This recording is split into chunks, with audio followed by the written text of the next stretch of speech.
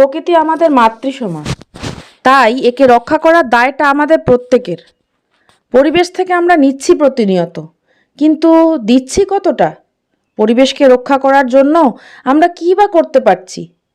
পরিবেশকে বাঁচাতে গেলে আমাদেরকেই পদক্ষেপ নিতে হবে, এটা সকলেরই জানা। কিন্তু এই ব্যস্ততম জীবনে আমরা এটা ভুলেই যাই। কিন্তু এই দায়টা ভোলেননি উত্তরপ্রদেশের এক প্রান্তিক গ্রামের কৃষক পরিবারে বেড়ে ওঠা যুবক রণবীর সিং। স্নাতকোত্তরের পরে আমরা অনেকেই জীবিকার পিছনে ছুটে বেড়াই, কিন্তু এই যুবক অনেকটাই ভিন্ন। তিনি পরিবেশকে বাঁচানোর, পরিবেশের সম্পদ রক্ষা করার তাগিদটা মর্মে মর্মে উপলব্ধি করতে পেরেছিলেন। তাই তার বাইসাইকেলটিকে বাহন হিসেবে সঙ্গে নিয়ে 23শে সেপ্টেম্বর 2022 ঘর ছাড়েন 36 বছরের যুবক রণবীর সিং। 6ই অক্টোবর 2022 তিনি কন্যাকুমারী থেকে পরিবেশ রক্ষার জন্য মানুষকে সচেতন করবার লক্ষ্যে ভারত ভ্রমণে বেরিয়ে যান। পথ চলতে চলতে প্রায় 137টি জেলা পেরিয়ে তিনি পৌঁছে যান আমাদের শহর ধূপগুড়িতে।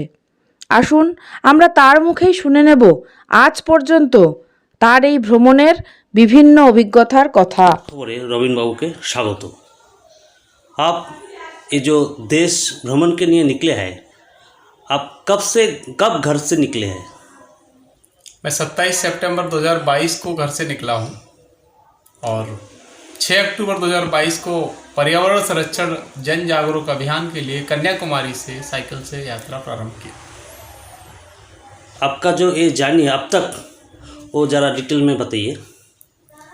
अब तक मैं 146 दिनों तक की जर्नी कर चुका हूँ और इन 146 दिनों में 137 जिलों तक पहुँचा हूँ।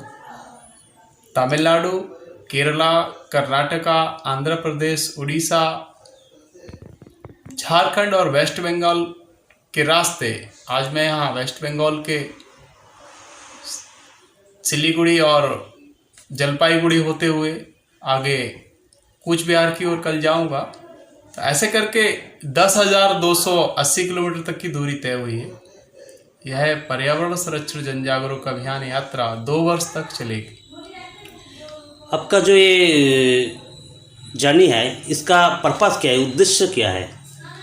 प्रत्येक व्यक्ति को संवेदनशील तरीके से पर्यावरण के साथ जोड़ना, पर्यावरण के प्रति लोगों को अवेयर करना, पानी को कैसे हम बचाएं, ऑक्सीजन को कैसे अधिक से अधिक हम प्रोड्यूस करें, अपने 24 घंटे के समय में से जो हम व्यक्तिगत जीवन को, व्यक्तिगत समय को व्यक्तिगत जीवन के साथ जोड़ करके खर्च करते हैं, उसमें से कितना समय पर्यावरण को देना शुरू करेंगे, ऐसा एक हमारा मानना है। हम सबकी जिम्मेदारी है अपने ऑक्सीजन को और ज़्यादा पैदा करने की और अपने पर्यावरण को बचाने की।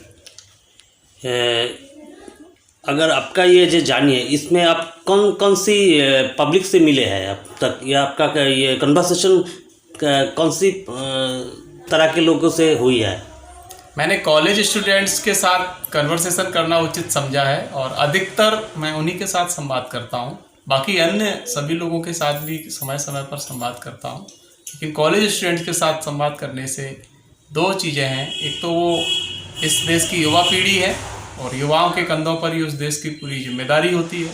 दूसरा, वो अपने ऊपर यानी कि बड़े उम्र के लोगों के साथ और अपने नीचे यानी कि छोटे उम्र के लोगों को भी इस विषय को समझा करके इस पर काम करने के लिए आग्रह कर सकते हैं। और जब वो काम करेंगे तो बाकी लोग भी उनके साथ पर्यावरण को बचाने में लग जाएंगे। पर्यावरण संरक्षण के लिए आपका जो है वाटर कंजर्वेशन है या पोल्यूशन का कम करना है, इसमें आपका सुझाव क्या है?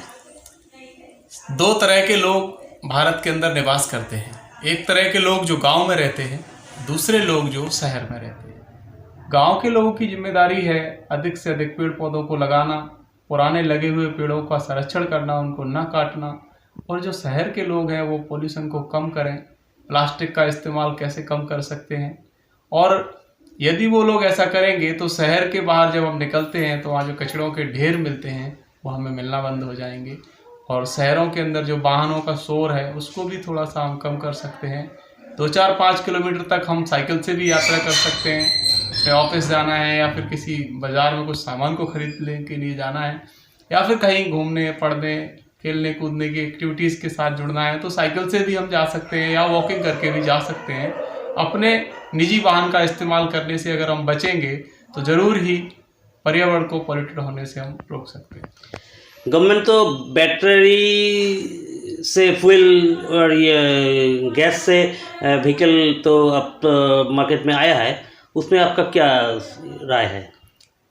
जो भी इनिशिएटिव गवर्नमेंट के द्वारा या फिर हमारे वैज्ञानिकों के द्वारा पर्यावरण को बचाने के लिए लिए जा रहे हैं वो तो अच्छे हैं, लेकिन जब तक एक एक व्यक्ति, एक एक मनुष्य का एक एक प्राणी उसके साथ नहीं जुड़ेगा तब तक उसको हम कैसे मूर्त रूप दे पाएंगे। क्योंकि एक एक व्यक्ति सांस लेता है और हर एक व्यक्ति की उतनी ही जिम्मेदारी है कि अपने स्वस्थ रहने के लिए, अपने परिवेश को स्वस्थ रखने के लिए कुछ न कुछ जिम्मेदारी का निर्वहन करने की आवश्यकता है। उन तक जब हम पहुँचेंगे, उन तक जब हम अपनी बात को कहेंगे, उन सब तक जब इस संवेदनशील विषय पर संवाद होगा तो वो लोग भी समझेंगे, तभी ये परिवेश को हम रख सकते हैं, स्वस्थ रख सकते हैं। रविंद्र जी, ये आप जो महान काम कर रहे हैं तो आपका ये सोच कैसे आया, कब आया जो आप ये देश में निकलेंगे या पर्यावरण संरक्षण के लिए लोगों से बात करेंगे या उसको समझाएंगे, कब आया ये सोच?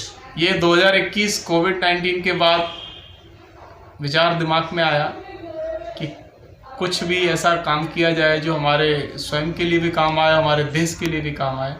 तो ये पर्यावरण एक ऐसा क्षेत्र है, प्रकृति ऐसा एक क्षेत्र है, इसमें लोग काम तो कर रहे हैं लेकिन सब लोग अभी काम नहीं कर रहे हैं। तो वो सब लोग इससे कैसे जुड़े, उनके प्रति संवेदनशीलता का भाव कैसे जगे, उसके लिए मैंने ये सोचा और उस पर काम प्रारंभ किया।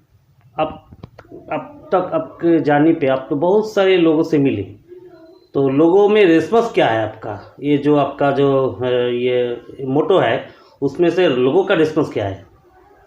सब लोग सांस लेते हैं, लोगों को सबको पता है कि सांसों का क्या महत्व है, और जब ऑक्सीजन का लेवल अच्छा होगा तभी वो अच्छे से सांस ले पाएंगे।